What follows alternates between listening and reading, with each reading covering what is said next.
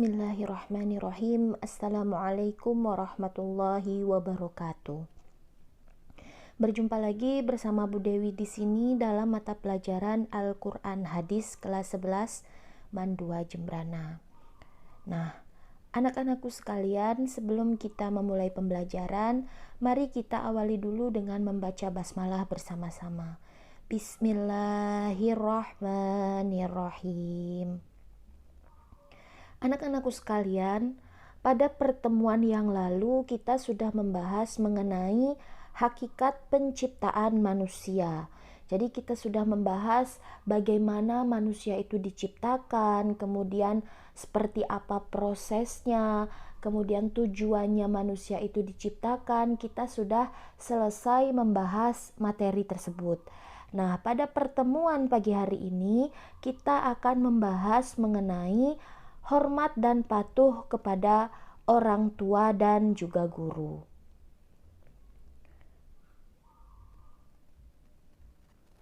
Adapun peta konsep dari materi hormat dan patuh kepada orang tua dan guru adalah yang pertama yaitu menganalisis Quran surat Al-Isra ayat 23 sampai 24, menganalisis Quran surat Luqman ayat 13 sampai 17, menganalisis hadis Nabi tentang hormat dan patuh kepada kedua orang tua dan juga guru, serta perilaku orang yang patuh dan hormat kepada orang tua dan guru.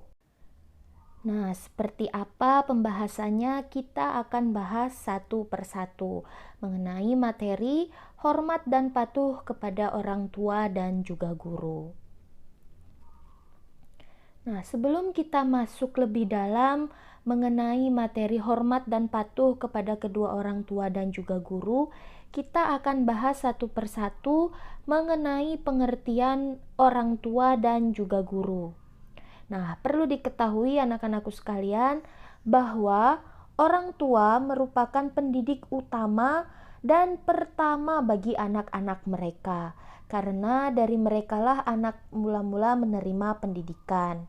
Dengan demikian, bentuk pertama dari pendidikan terdapat dalam keluarga.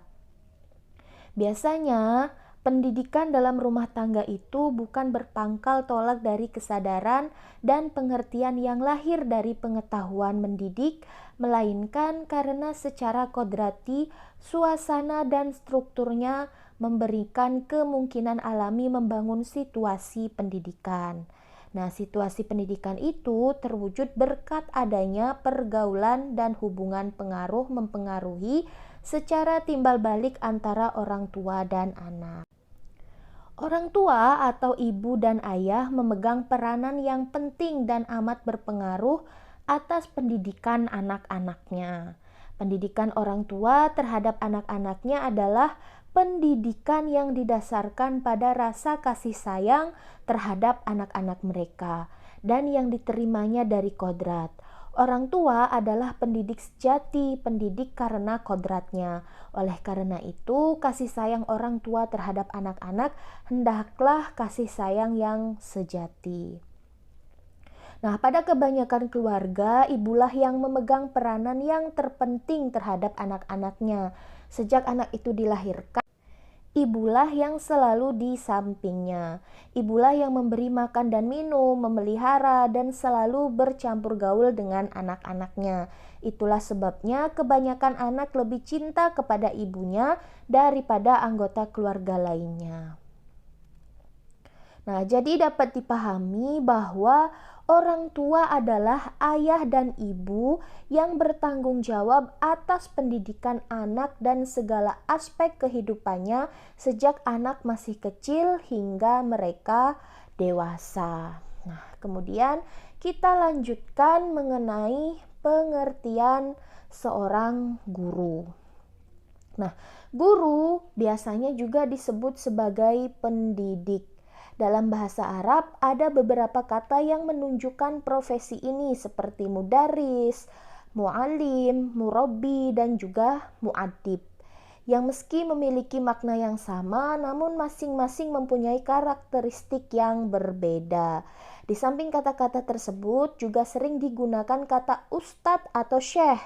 Penyebutan ini tidak terlepas dari rekomendasi Konferensi Pendidikan Internasional di Mekah pada tahun 1977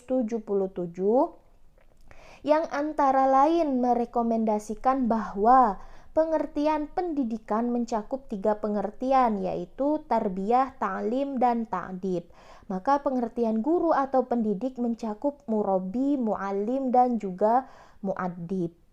Nah, pengertian murabbi mengisyaratkan bahwa guru adalah orang yang memiliki sifat robbani, artinya orang yang bijaksana, bertanggung jawab, berkasih sayang terhadap siswa, dan mempunyai pengetahuan tentang Rob. Nah, selain guru itu mengajarkan ilmu pengetahuan kepada siswanya, tugas atau fungsi dari seorang guru itu terdapat beberapa fungsi ya, yang misalnya seperti pensucian, artinya sebagai pemelihara diri, pengembang serta pemeliharaan fitrah manusia. Kemudian yang kedua, fungsi pengajaran sebagai penyampai ilmu pengetahuan dan berbagai keyakinan kepada manusia agar mereka menerapkan seluruh pengetahuan dalam kehidupan sehari-hari. Nah, jadi guru itu bukan hanya mengajarkan ilmu di dalam kelas, tetapi juga menjadi panutan atau teladan ketika guru itu berada di luar kelas. Maka dari itu, peran pendidikan sangat berperan penting dalam proses pendidikan karena dia yang bertanggung jawab dan menentukan arah pendidikan tersebut. Maka itulah sebabnya Islam sangat menghargai dan menghormati orang-orang yang berilmu pengetahuan dan bertugas sebagai pendidik atau menjadi seorang guru. Nah, kita lanjutkan. Nah, jadi ini istilah orang tua mencakup 3 komponen. Yang pertama adalah orang yang menyebabkan kita lahir, yaitu ayah dan ibu, yang juga menghabiskan banyak waktu bersama kita. Yang kedua adalah orang yang mengajari kita berbagai ilmu pengetahuan, yaitu para guru yang ada di sekolah maupun di tempat ngaji gitu ya, baik yang mengajari saat kita masih kecil ataupun waktu dewasa. Biasanya guru disebut orang tua rohani. Yang ketiga adalah orang yang menyebabkan pasangan kita lahir atau bapak ibu mertua kalian nanti. Nah, ketiga cakupan untuk istilah orang tua itu wajib kita hormati karena jasa-jasanya yang sangat besar. Tidak mudah ya untuk menjadi orang tua, contohnya ayah dan ibu. Ketika ibu mengandung, itu ibu sudah sangat kesusahan ya.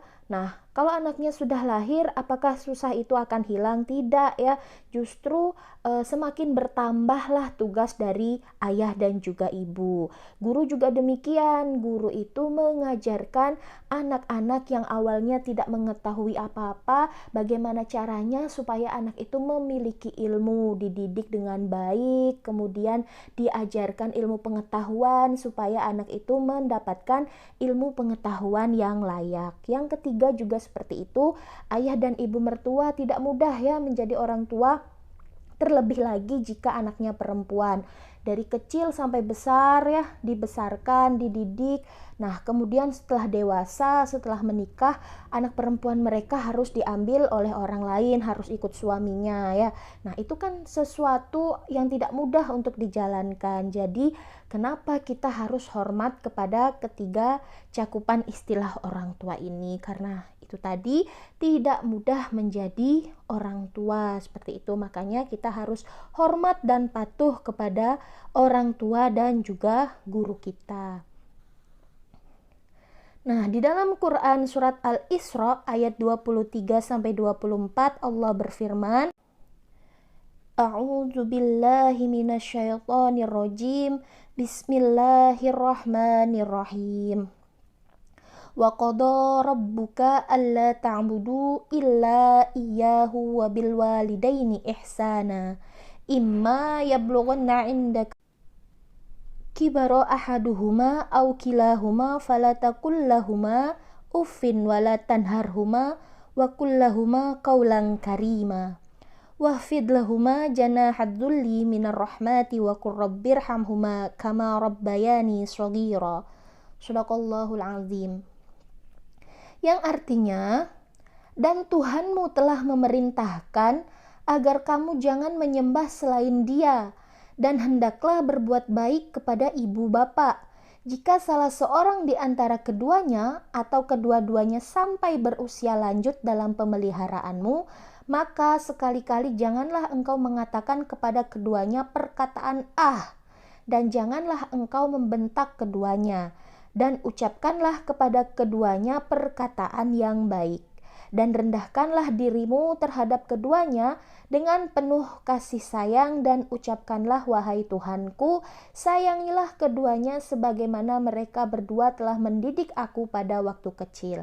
Quran Surat Al-Isra ayat 23 sampai ayat 24. Nah, Ibnu Katsir menjelaskan bahwa Allah memerintahkan kepada para hambanya untuk menyembah Allah semata. Allah juga memerintahkan kita untuk berbuat baik kepada ibu bapak dan melarang kita mengeluarkan kata-kata yang buruk kepada keduanya. Sehingga kata-kata "ah" pun yang merupakan kata-kata buruk yang paling ringan tidak diperbolehkan, dan melarang kita bersikap buruk kepada mereka dengan ungkapan "dan janganlah kamu membentak mereka", yaitu jangan kamu menolakkan tangan kepada keduanya. Nah, setelah melarang mengeluarkan perkataan jelek dan melakukan perbuatan buruk terhadap kedua orang tua, Allah Subhanahu wa Ta'ala juga memerintahkan kita untuk berbuat baik, bertutur sapa baik, dan berlaku sopan santun kepada kedua orang tua dengan rasa penuh hormat dan memuliakannya. Sementara itu, Quraisy Shihab juga menyatakan bahwa ayat-ayat di atas memberi tuntunan kepada kita agar berbakti kepada kedua orang tua secara bertahap. Dimulai dengan janganlah engkau mengatakan kepada keduanya perkataan "ah".